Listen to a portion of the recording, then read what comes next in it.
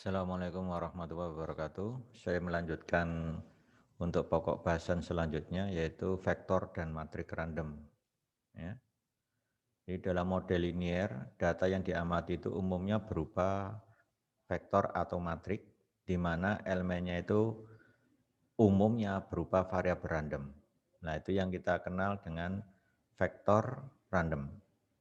Ya, kalau bentuknya matrik, di mana elemennya berupa variabel random, maka dikenal dengan matrik random. Ya. Kalau elemennya berupa konstanta, maka kita namai dengan vektor konstan. Ya. Matriknya juga demikian, matrik konstan. Nah, suatu vektor random atau matrik random adalah vektor atau matrik yang elemennya berupa variabel random. Ini yang kita bicarakan di pokok bahasan ini ya.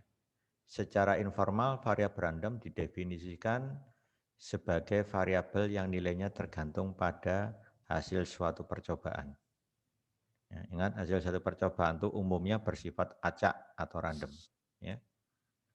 Ini secara informal. Sedangkan secara formal, variabel random itu merupakan suatu fungsi yang didefinisikan untuk setiap elemen dalam ruang sampel. Nah, ini sudah saya jelaskan ketika masuk di statistika 1 ya, apa yang disebut ruang sampel, yaitu hasil semua kejadian yang mungkin. Ya, itu namanya ruang sampel. Ya, seluruh kejadian yang mungkin terjadi itu disebut ruang sampel. Ya. Sebagai ilustrasi, ya, kasus pertama dari vektor random, misalkan kita punya model regresi linear berganda seperti ini, di mana I itu indeks pengamatan berjalan dari 1, 2, sampai dengan N. Ini kalau saya gerakkan I-nya untuk I1, berarti pengamatan pertama, kita dapat model pertama. Untuk I2 kita dapat model kedua dan seterusnya sampai sebanyak N. Nah, ini kalau kita tulis dalam bentuk matrik, maka kita akan peroleh matrik Y, ya, Y tebal biasanya nulisnya, berisi Y1, Y2 sampai Yn. Ya, dan kita juga punya matrik rancangan X, ya, yang berisi kolom pertama 1, kolom kedua itu adalah ini, X11, X21 sampai Xn1. Kolom yang ketiga isinya ini, X12, X22 sampai dengan Xn2, dan kolom yang terakhir ini. Ya, sehingga kalau saya tuliskan, bentuknya akan seperti ini. Ya, ini.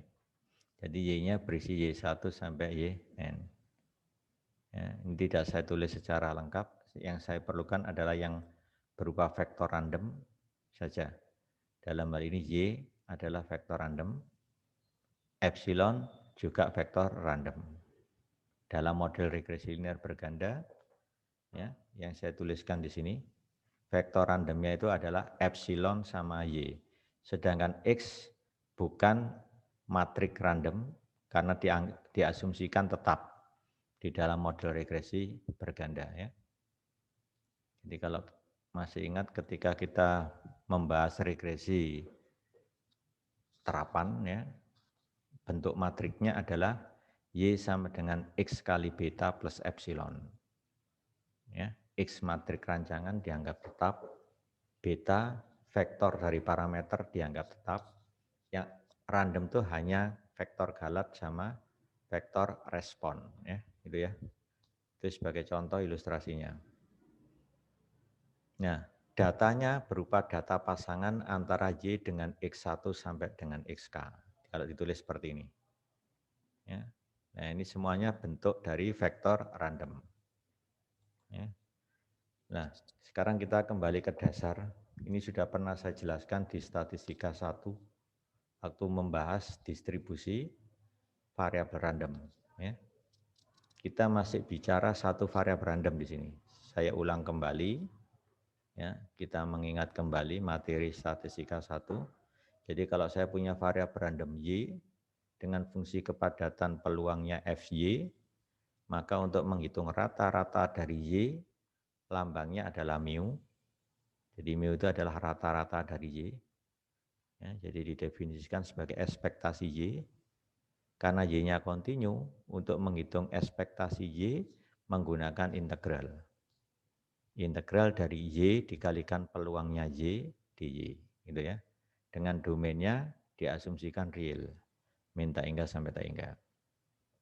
Ya, secara umum kalau kita ingin menghitung rata-rata dari fungsi UY, ini sembarang fungsi Y, di mana Y variabel random, UY juga variabel random. Maka ekspektasi dari UY ya integral UY kalikan peluangnya, FY DY. Yang bentuk umum ya.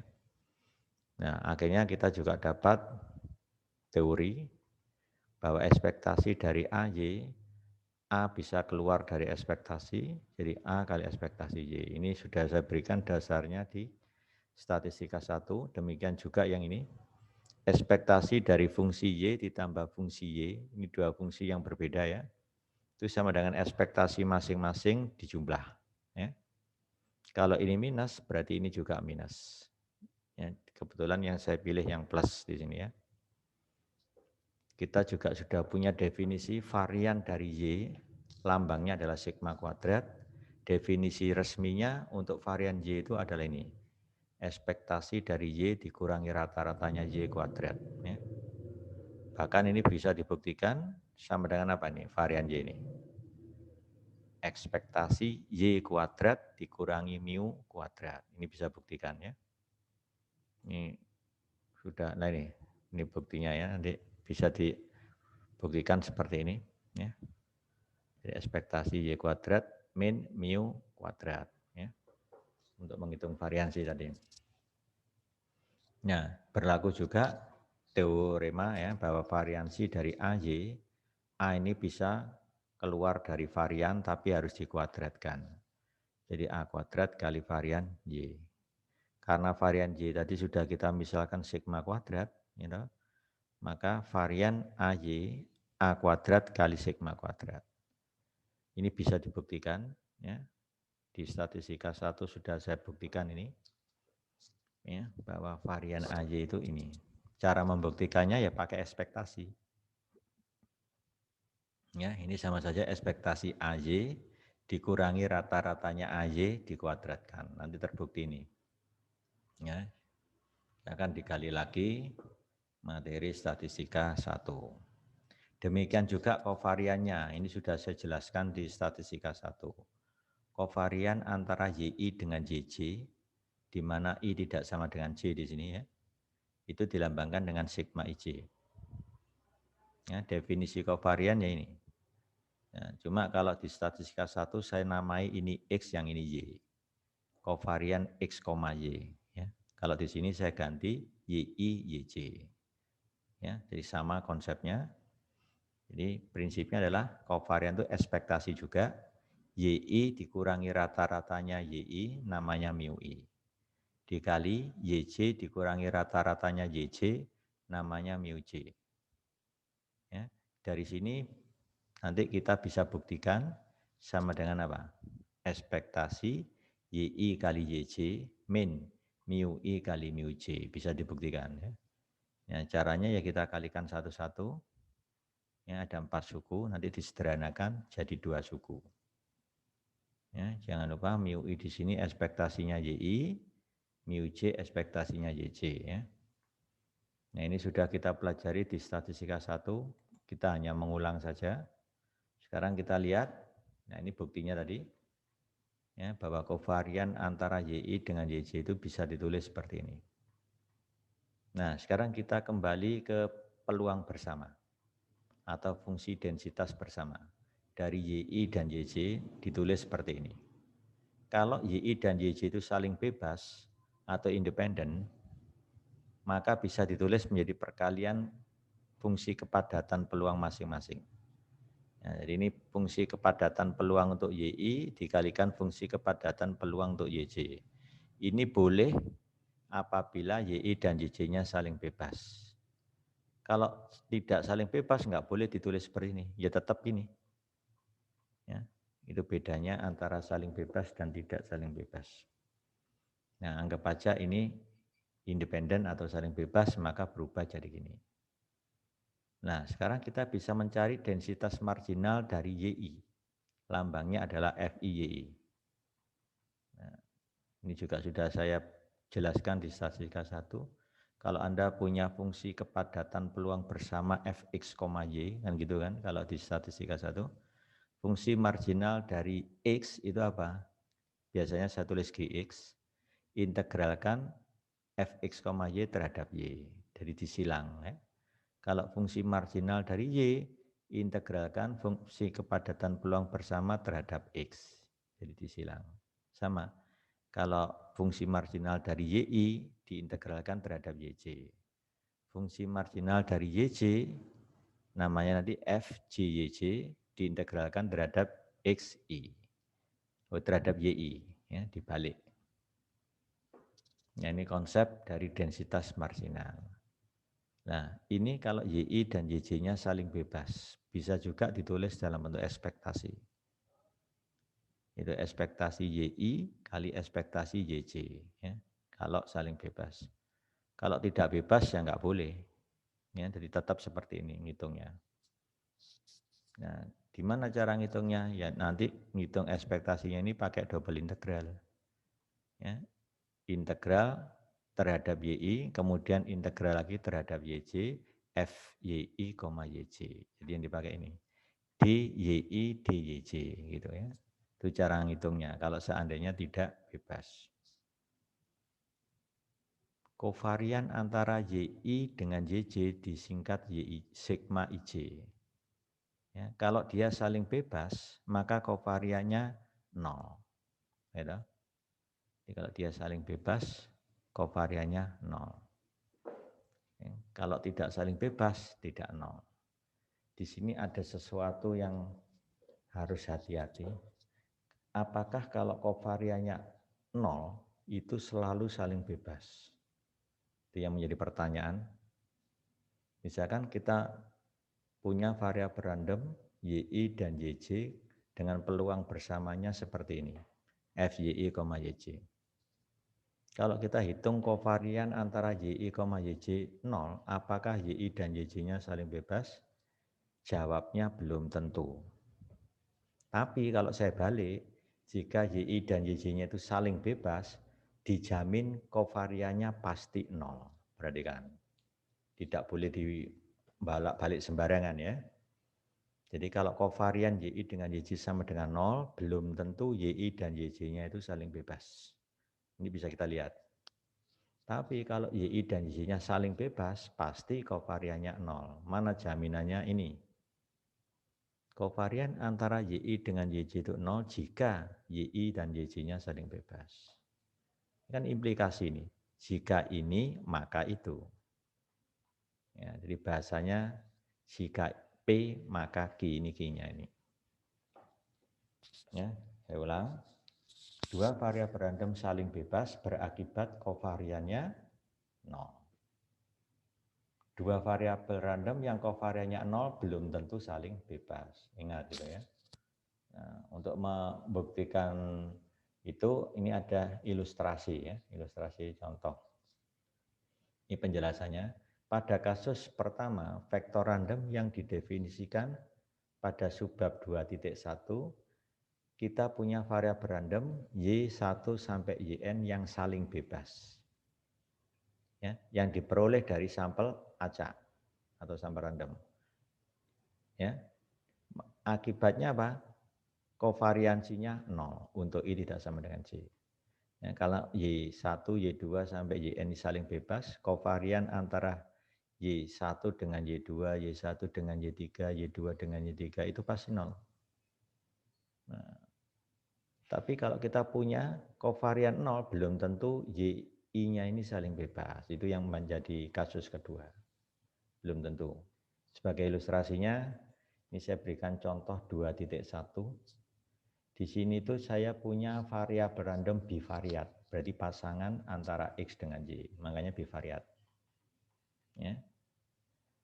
Berdistribusi uniform pada daerah X antara 0,2, Y-nya berada di antara dua kurva parabola ini. Jadi Y-nya itu antara ini, 2X min X kuadrat, sampai 1 plus 2X min X kuadrat. Ya, X-nya antara 0,2, Y-nya antara dua kurva ini. Nah, daerah yang saya arsir ini kita akan temukan fungsi kepadatan peluang bersamanya yang berdistribusi uniform. Caranya di mana? Kita hitung luas ini dulu. Nah, kemudian kita buat luas ini menjadi satu. Kenapa? Supaya integralnya ini menjadi fungsi distribusi uniform. Ya, gitu ya. Suatu integral kalau hasilnya satu, maka integralnya itu pasti PDF. Kalau suatu integral hasilnya tidak satu, berarti dia bukan PDF. Nah, itu cara memperolehnya seperti itu. Ya. Jadi sebenarnya kalau kita paham, PDF itu banyak sekali. Karena setiap kita mengintegralkan suatu fungsi, ya, hasilnya tidak satu, bisa kita jadikan satu dengan cara membagi nilai integral itu. Sehingga integralnya suatu PDF. Ya. Mudah untuk mendapatkan PDF. Ya. Nah, itu maksudnya. Ini yang akan saya jelaskan di sini. Nah, sekarang saya akan mencari PDF bersama dari distribusi uniform pada daerah yang diarsir ini. Ya, daerah yang diarsir. Saya namai fungsinya fx, y ya. Caranya kita integral dulu. Ini kalau saya integral luas daerah ini, kan sama aja menghitung integral ini. Nah, yang luar batasnya x, yang di dalam batasnya y. X-nya bergerak dari 0 sampai 2, ya kan? Y-nya bergerak dari 2x min x kuadrat sampai 1 plus 2x min x kuadrat. Ya. Sehingga kita dapatkan luas daerah yang diarsir sebesar 2. Ya. Ini kan harus kita ubah menjadi 1. Jadi caranya apa? Kedua ruas ini saya bagi 2. Nah, sehingga ruas kiri ini menjadi setengah kali double integral ini. Ruas kanan 1. Nah, setengah sayanya karena konstan saya masukkan ke dalam integral. Sehingga terbaca integral batasnya 0 sampai 2. Integral lagi batasnya 2x min x kuadrat sampai 1 plus 2x min x kuadrat setengah dy dx. Ya kan? Nah, setengah itu yang disebut dengan fx, y. Nah, ini namanya distribusi uniform pada daerah yang diarsir tadi. Batasnya antara 0,2 x-nya, y-nya antara dua parabola ini. Nah, itu cara memperoleh fungsi kepadatan peluang bersama dari distribusi uniform.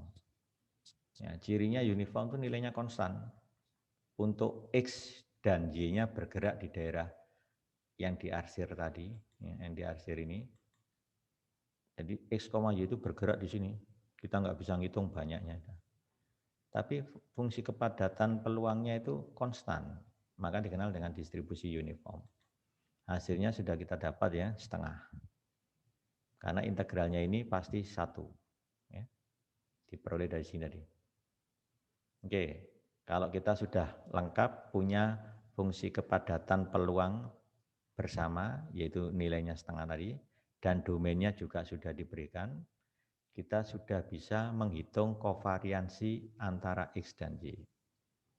Caranya kita harus hitung dulu ekspektasinya XY, ekspektasinya X, dan ekspektasinya Y, gitu kan. Ini di statistika 1 sudah saya terangkan, cuma diulang. Kenapa? Karena kita bisa buktikan tadi di atas, kovarian antara X dan Y itu adalah ekspektasi X dikurangi mu X, berarti kan, dikalikan Y dikurangi mu Y. Nah, itu kalau diuraikan, X min mu X dikalikan Y min mu Y, kemudian diekspektasi, nanti bisa dibuktikan bahwa kovariansinya itu sama dengan ekspektasi XY dikurangi mu X kali mu Y. Makanya saya cukup ngitung 3 besaran ini. Ya, sekarang saya akan tunjukkan ekspektasi X kali Y. Ya, ekspektasi X kali Y ini menyangkut apa? Bivariat kan? Nah, berarti ingat ketika saya menjelaskan di statistika 1 dulu, ekspektasi dari sesuatu, integral dari sesuatu kali peluangnya. Nah, sesuatunya di sini XY, ya kan? Kali peluangnya. Peluangnya ya jadi peluang bersama. Karena bivariat kan. Setengah DY DX. Nah, saya kira ini hanya keterampilan ngitung integral, nggak perlu saya jelaskan. Nah, ini mudah. Pertama diintegralkan terhadap Y, X-nya dianggap konstan. Jadi setengah X itu konstan, integralnya Y itu setengah Y kuadrat. Kemudian masukkan batas Y-nya, yang atas dikurang yang bawah, ya, nanti ketemu hasil ini. Kalau sudah, integralkan sekali lagi terhadap X. Nah, ini kalau dihitung, hasilnya ini ketemu 7/6. Cuma tidak saya uraikan di sini. Ya. Silakan ambil kertas buram, dicoba dibuktikan. Ya, ini kan mirip yang kita jelaskan di statistika 1. Saya ulang. Sekarang kita akan menghitung ekspektasi X. Masih ingat ketika kita menghitung ekspektasi X dengan modalnya peluang bersama, maka kita harus mencari distribusi marginalnya dulu kan. Kalau menghitung ekspektasi X berarti harus dihitung distribusi marginal dari X. Ya, kalau di statistika 1 saya lambangkan GX. Kalau marginal dari Y lambangnya HY. Masih ingat ya? Nah, di sini saya lambangkan F1X, di sini F2Y. Hanya beda lambang aja. Ya, oke, sekarang ekspektasi X berarti saya harus mencari F1X. Apa itu? Distribusi marginal dari X. Ya, ini distribusi marginal dari X-nya. Saya beri lambang F1X. Berarti apa? Integralkan peluang bersamanya tadi yaitu setengah terhadap Y. Disilang. Ya. Batas Y-nya dari 2X min X kuadrat sampai 1 plus 2X min X kuadrat. Ini kan peluang bersama tadi. Integral ini tidak sulit, ya. Integralnya setengah dy ya setengah y. Masukkan batas y-nya ini, dikurangi ini, nanti ketemu 1 kan. 1 kali setengah, tadi ketemu setengah. Jangan lupa domain harus dicantumkan. Kalau ini enggak dicantumkan, salah. Ya, nanti luasnya jadi tak inggah. Jadi penting sekali domain ini. Ini yang menjamin bahwa ini nanti suatu peluang. Kalau lupa nulis ini bukan peluang nanti, hanya garis datar aja. Ya. F1X sama dengan setengah. Ya. Luasnya tak terbatas nanti. Ya. Itulah pentingnya mencantumkan domain. Ya. Sekarang distribusi marginal dari Y, berarti saya lambangkan F2Y. Di sini dibagi menjadi 2, karena ada daerah Y antara 0,1, ini berarti kan, antara 0 sampai 1, nah, kalau diproyeksikan. Kemudian ada daerah Y antara 1 sampai 2. Ketika X-nya 1, coba, ini kalau X-nya saya ganti 1, nilainya kan 2, puncaknya. Kalau ini X1, nilainya 1. Ya. Kalau X-nya 1, Y-nya 1. Jadi ada 2 daerah, Y antara 0,1 dan Y antara 1,2. Fungsinya beda. Makanya nanti untuk X, Y antara 0,1, saya namakan F2Y. Antara 1,2, ya, namanya F1Y ya. F1Y yang satunya F2Y. Baru nanti dijumlahkan. Ya, karena domainnya beda, dibatasi oleh 2 kurva. Makanya harus dipecah. Ya, ada F2Y untuk yang bagian Y antara 0,1, F2Y untuk bagian Y antara 1 dan 2. Nah, sekarang domain antara 0,1. Ya, berarti kurva yang digunakan, berarti kan antara 0,1 kurva yang digunakan ini. Ya, ini kan parabola. Y sama dengan ini. Kalau mencari batasnya X kan berarti dibuat bias begini. Bias mendatar. Batasnya X kan berarti mulai dari 0 sampai ini kan. Sampai kurva ini kan. Berarti ini harus dinolkan. Sehingga terbentuk persamaan kuadrat. Boleh ini pindah ke kiri, boleh Y-nya ke kanan. Kalau menurut saya, X kuadratnya pindah ke kiri. Sehingga kita dapat persamaan kuadrat, X kuadrat min 2X plus Y sama dengan 0. A-nya 1, B-nya min 2, C-nya Y. Masih ingat rumus ABC? Ya, dari situ nanti kita dapatkan nilai X hasilnya seperti ini. Nah, nilai X-nya seperti ini. 1 min akar 1 min Y. Ya. Terus selanjutnya 1 plus akar 1 min Y sampai 2. Ya, jadi itu batas yang ini. Nah, jadi 0 sampai sini, ya, kemudian dilanjutkan ini sampai 2. Ini sampai 2. Jadi 0 sampai 1 plus akar 1 min Y tadi ya, sampai dengan 2 batasnya untuk X. Ya. Ya, geraknya seperti itu. Ya, akhirnya kita perlu ini. Jadi ini batas bawahnya. Ingat kalau pakai rumus ABC mesti ada 2 kan. Rumusnya apa? Min B plus minus akar D. D itu diskriminan. Ya, rumusnya B kuadrat min 4AC dibagi 2A. Masih ingat? Gunakan rumus ABC seperti itu, nanti dapat akar yang pertama minus, akar yang kedua plus. Ya, kan plus minus akar D ini diperoleh dari B kuadrat min 4AC, nanti ketemu 1 min Y. Ya. Ya, itu cara memperolehnya. Ya, silakan dicoba batasnya ini. Nah, ini PDF bersamanya ya. Ingat diintegral terhadap X disilang ya. Nanti ini kalau dihitung, ya, dihitung, dijumlah ketemu ini. Batasnya ini. Nah, yang kedua kita menggunakan batas 1 sampai Y. 1 sampai 2. Nah, untuk 1 sampai 2 kita pakai kurva yang ini, parabola. Ini gambarnya kurang pas, harusnya titik ini tuh sejajar dengan puncaknya ini. Nah, gitu ya. Gambarnya kurang pas, harusnya begini. Nah, untuk itu kita menggunakan batas kurvanya yang ini. Sama caranya pindah ke kiri dinolkan, nanti ketemu X kuadrat min 2X ditambah Y min 1 sama dengan 0. Dari situ ketemu ABC-nya, gunakan rumus ABC, kita peroleh nilai X. Ya. Ya, nanti X-nya akan didapatkan batasnya dari ini sampai ini. Ya, itu bedanya.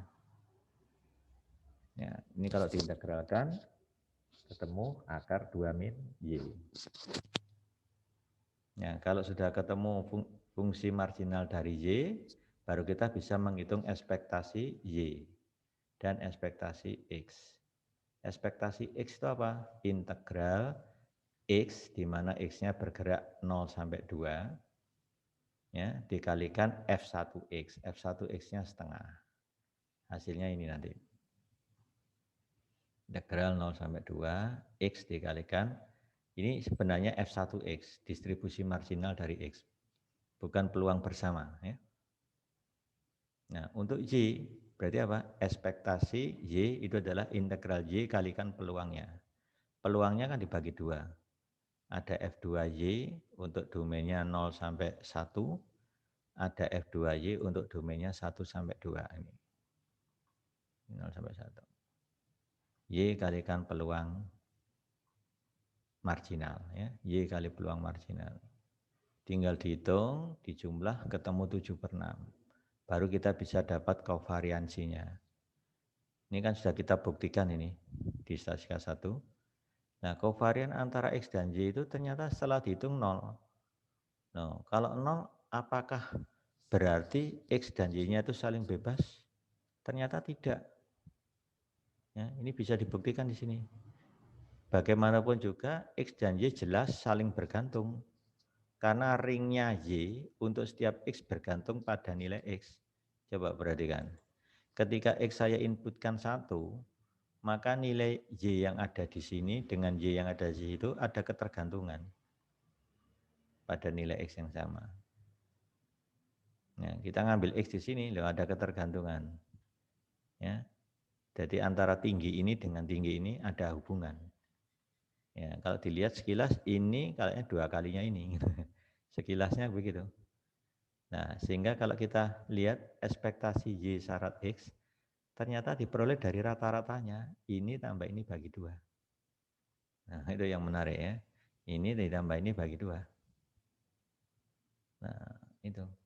Ya, ini menunjukkan bahwa ekspektasi bersyaratnya ada toh. Ini kan berarti apa? Y dan X tidak bebas. Nah, kalau dia bebas, ekspektasi Y syarat X pasti tidak bergantung X lagi. Nah, ini kenyataannya masih bergantung X. Nah, ini bukti nyatanya meskipun kovarian antara X dan Y itu 0, bukan berarti X dan Y-nya itu saling bebas. Ini contohnya, saling bergantung dia. Ya, sekarang kita cek. Fy syarat X itu kan peluang bersama dibagi marginal dari X. Ya, ini sudah kita bahas di statistika 1. Tadi Fx, Y nilainya setengah. F1X juga setengah. Setengah bagi setengah 1. Ya, dengan domainnya Y, ini kan PDF dari Y syarat X. Domainnya Y, ini. Bergantung X kan. Jadi Y-nya bergantung pada X. Ekspektasi Y syarat X kan berarti apa? Integral dari Y dikalikan peluang bersyaratnya, Fy syarat X. Kebetulan Fy syarat X itu 1. Nah, jadi Y kali 1 itu Y. Integral Y dy itu kan setengah Y kuadrat. Masukkan batas Y-nya ini. Nanti ketemu ini. Nilai ini ternyata rata-rata dari kurva pertama dengan kurva kedua ini. Dijumlah bagi 2. Ya. Nah, ini yang menjelaskan dua variabel yang kovariannya 0 bukan berarti dia saling bebas. Ini contohnya. Ya.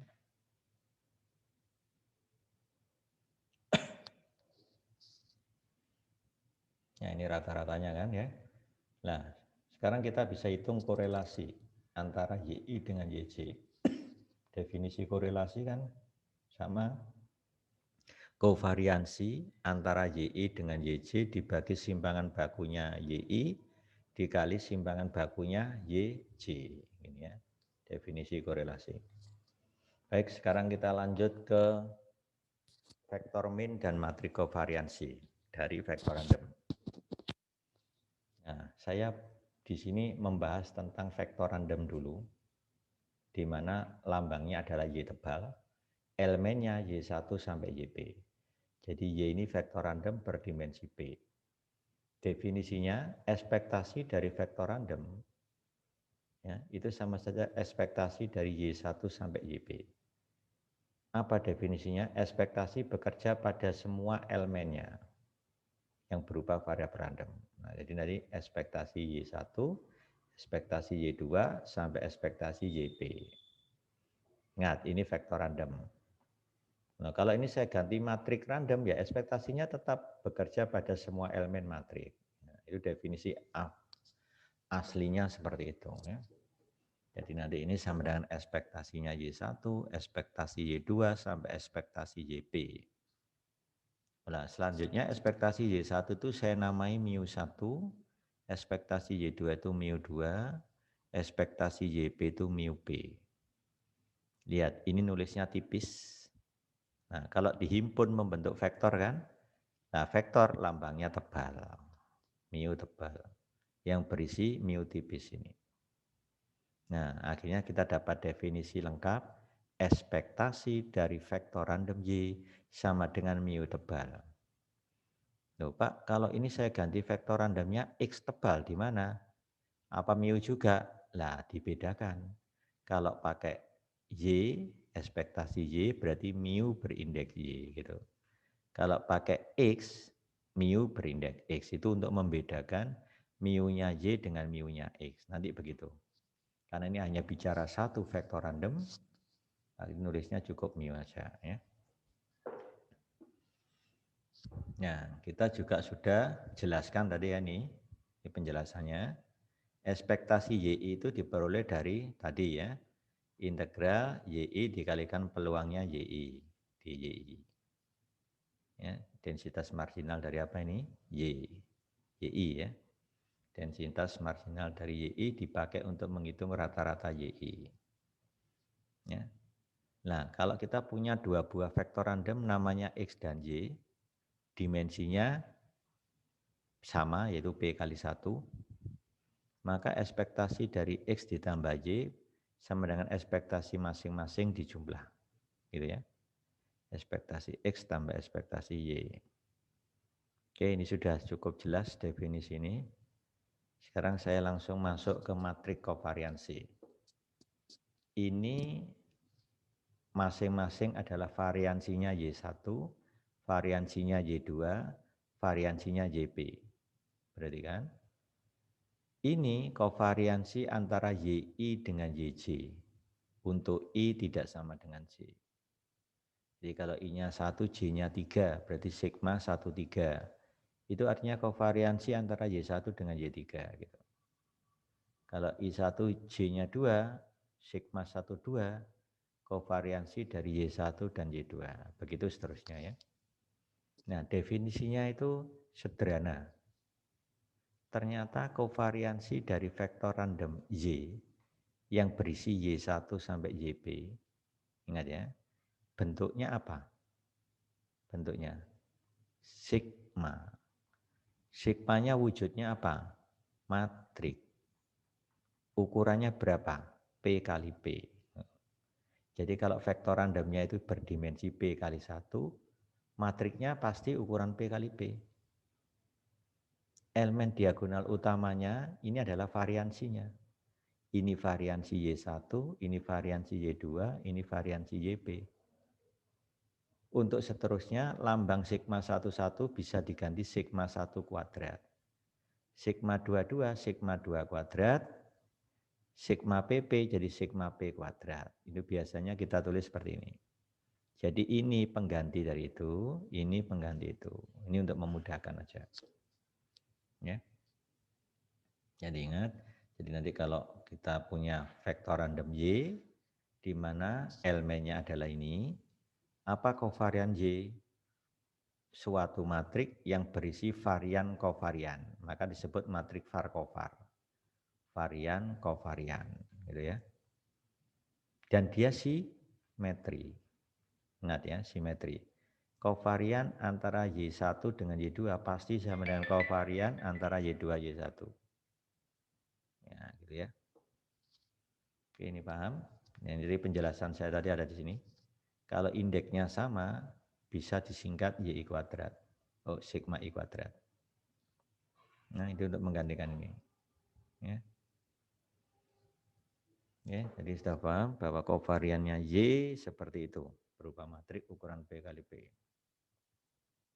Nah, sekarang kita mulai praktekkan nanti untuk menghitung ya. Matrik kovariansi sigma pasti simetri. Kenapa? Karena ini. Nah, sudah saya terangkan tadi. Ya. Sigma diasumsikan matrik definit positif. Ya, matrik definit positif. Nah, apa matrik definit positif? Sudah kita bahas di awal. Kalau dia dibentuk kuadratik, nilainya sudah dijamin positif. Ya, jadi kalau Y transpos dikalikan sigma dikali Y, itu pasti nilainya positif untuk semua vektor Y yang tidak nol. Itu arti dari definit positif. Ya.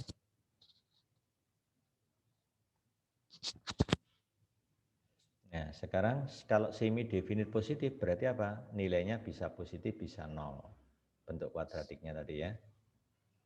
Nah, sekarang kalau saya punya matrik random, lambangnya saya pakai set tebal. Elemennya set tipis. Nah, seperti ini. Ukurannya set adalah N kali P. Ukurannya set N kali P. Kalau saya ekspektasi, berarti ekspektasi bekerja pada semua elemen. Sama dengan tadi. Kalau vektor, ya bekerja pada elemen vektor. Ini definisi asalnya. Nah, kalau kita sekarang akan mendefinisikan kovarian tadi, ya, yang saya tulis seperti ini kan tadi, ini kan sebenarnya apa? Kovarian Y ini. Awalnya kan kita mendefinisikan seperti ini, kovarian Y tadi. Nah, ini, ya, kovarian Y kan kita definisikan begini. Bagaimana bentuk atau rumus untuk kovarian Y supaya diperoleh ini? Nah, ternyata ini tuh diperoleh dari ekspektasi Y dikurangi mu kali Y min mu transpos. Nah, ini buktinya seperti ini. Ekspektasi dari Y dikurangi mu dikalikan Y min mu transpose. Nah, disitulah cara menurunkan teori awalnya. Ya, bahwa sigma atau kovarian Y tadi yang sudah didefinisikan begini tadi, itu ternyata diperoleh dari sini. Nah, sekarang kita cek buktinya dengan memilih dimensinya 3 kali 1. Jadi Y-nya itu isinya hanya Y1, Y2, Y3. Nah, kita buktikan ya. Ini, dengan memilih P-nya 3. Sigma tadi kan saya definisikan begini. Benar apa enggak? Kita cek. Y-nya berisi Y1, Y2, Y3. Berarti mu-nya mu1, mu2, mu3. Ini kan rata-ratanya Y1, rata-rata Y2, rata-rata Y3. Nah, masih ingat ketika kita mentranspos suatu matrik. Nah, ini transpos suatu matrik loh ya. Matrik ini berupa vektor kolom. Caranya seperti ini. Masing-masing ditranspos, ya. Masing-masing ditranspos dan ditranspos lagi. Masih ingat? Kalau saya punya matrik A, B saya transpos, maka nanti AB-nya menjadi baris AB dan masing-masing masih ditranspos. Nah, ini namanya apa? Transpos dari matrik partisi itu saya terapkan di sini. Transpos dari suatu matrik. Nah, matriknya apa? Berupa vektor. Nah, jadi kalau ini saya transpos, berarti susunannya kolom menjadi baris dan masing-masing ditranspos lagi. Karena ini bentuknya skalar, Y1 min mu1 ditranspos tetap dirinya sendiri. Y2 min mu2 itu skalar, ditranspos tetap dirinya sendiri. Y3 min mu3 itu skalar, ditranspos tetap dirinya sendiri. Sehingga bentuknya jadi gini. Vektor dimensi 3 kali 1, vektor dimensi 1 kali 3, kalau dikalikan menjadi matrik ukuran 3 kali 3. Ini bentuknya. Coba lihat. Baris pertama kali kolom pertama menjadi Y1 min mu1 kuadrat, ya kan? Baris pertama kolom kedua menjadi Y1 min mu1 kali Y2 min mu2, ya kan? Baris pertama kolom ketiga. Baris kedua kolom pertama ini. Baris kedua kolom kedua ini. Baris kedua kolom ketiga ini. Dan seterusnya. Ekspektasi bekerja pada setiap elemen matrik. Sesuai definisi. Ternyata ini variansinya Y1. Nah, lambangnya sigma 1 kuadrat. Yang ini variansinya Y2. Lambangnya sigma 2 kuadrat. Variannya Y3. Yang ini kovariansi, ini ya, kovariansi antara Y1 dan Y2. Ya kan? Kovariansi antara Y1 dan Y3. Yang ini kovariansi antara Y2, Y3, ya kan? Lihat simetri ini. Ini sama dengan ini sama dengan ini. Nah, berarti definisi ini sudah resmi. Kita pakai nanti. Kovarian dari Y, definisi resminya Y min mu dikali Y min mu transpos. Yang kita bahas di statistika 1, itu baru variannya Y. Variannya Y, di mana Y-nya itu variabel random. Sekarang kita sudah masuk ke kovariannya Y. Y-nya berisi P variabel. Nah, seperti ini definisi lengkapnya. Ya. Akhirnya kita dapatkan teori bahwa sigma atau kovarian Y tadi adalah ini. Ini bisa dibuktikan, transpos dulu ya. Ini kalau transpos kan jadi transpos Y min transpos mu, kalikan satu-satu. Ada 4 suku, disederhanakan dengan ekspektasi, nanti tinggal ini. Bukti ini ke sini kurang lebih 2 baris. Ya, silakan buktikan sendiri. Saya tidak tunjukkan di sini. Nah, inilah kovariansi Y. Sekarang kita praktek ke contoh. Ada vektor random Y berdistribusi dengan min dan kovariansi masing-masing adalah ini. Ini minnya Y, ini kovariansinya Y.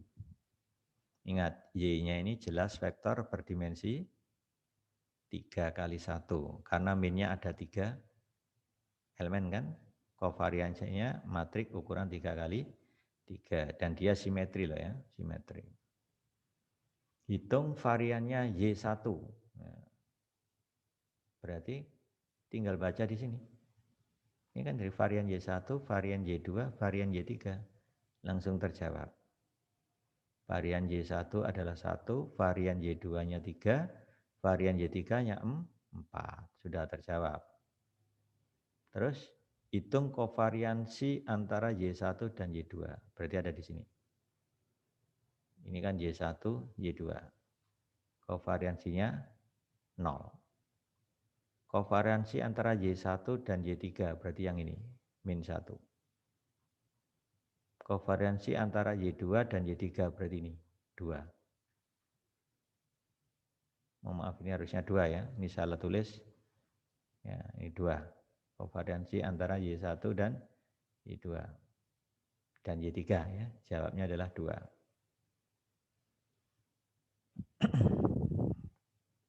Ya, itu seperti itu ya. Jadi saya betulkan sedikit supaya nggak sampai salah tulis.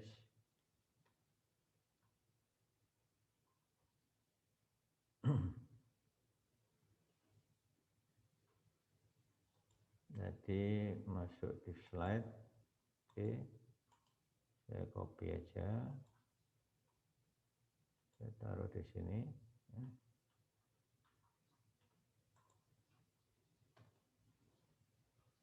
ya. Yang ini saya ketikkan 2. Oke, 2-nya samakan dengan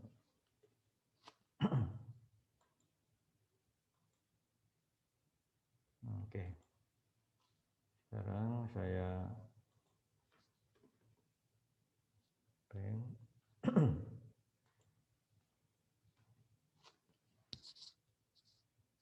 Ini ya.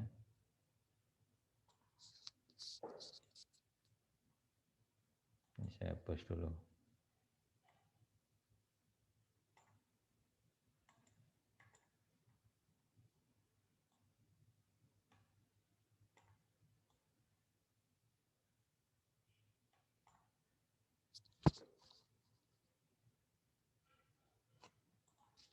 Oke, sekarang ini saya korelasi antara Y1 dan Y3.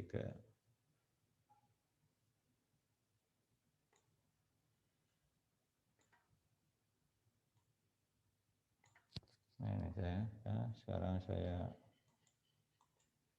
ambil gambarnya.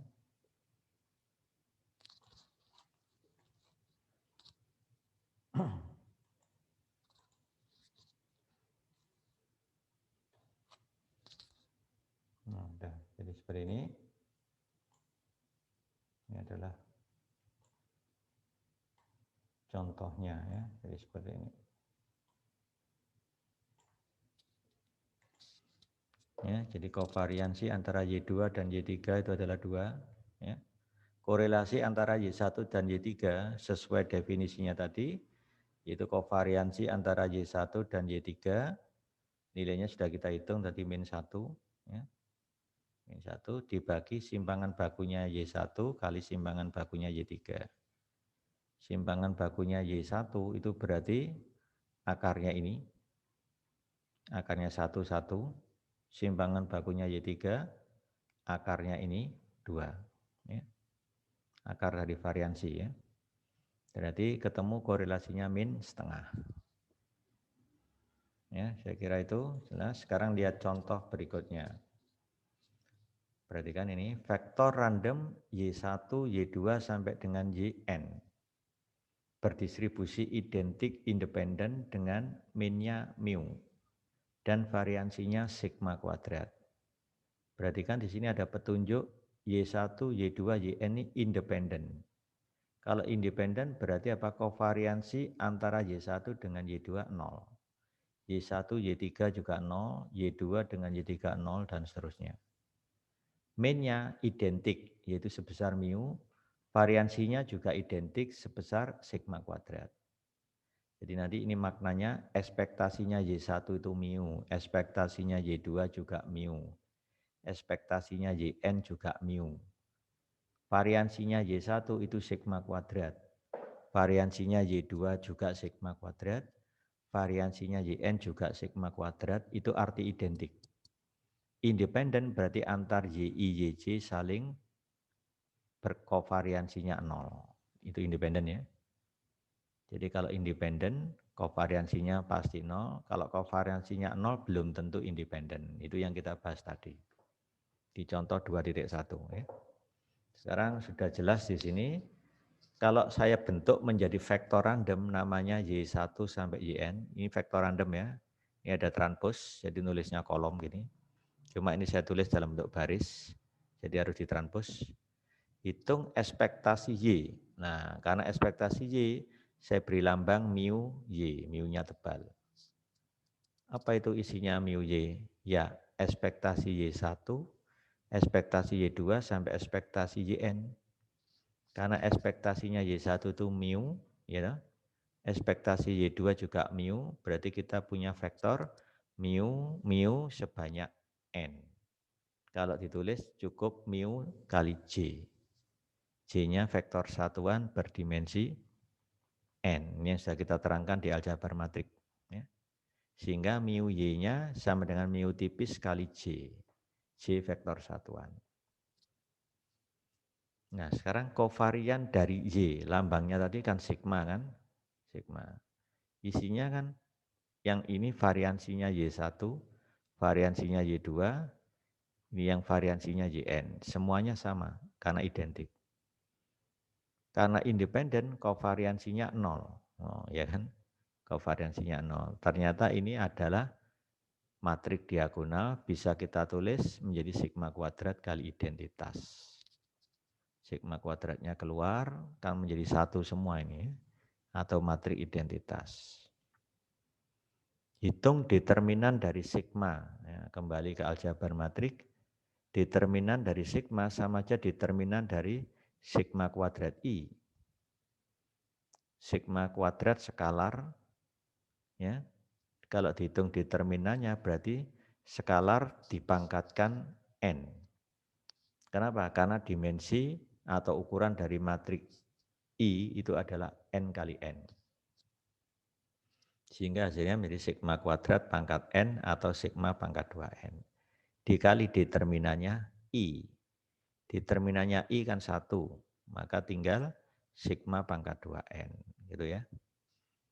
Inverse-nya, karena ini berupa matrik diagonal, kalau di inverse cukup elemen diagonal utamanya saja yang dibalik. Jadi sepersigma kuadrat, sepersigma kuadrat, sepersigma kuadrat, yang lain tetap 0. Atau ditulis sepersigma kuadrat kali identitas. Ya. Oke, saya kira sampai sini ini dasarnya, nanti kita lanjut di pertemuan berikutnya. Saya kira Assalamualaikum warahmatullahi wabarakatuh.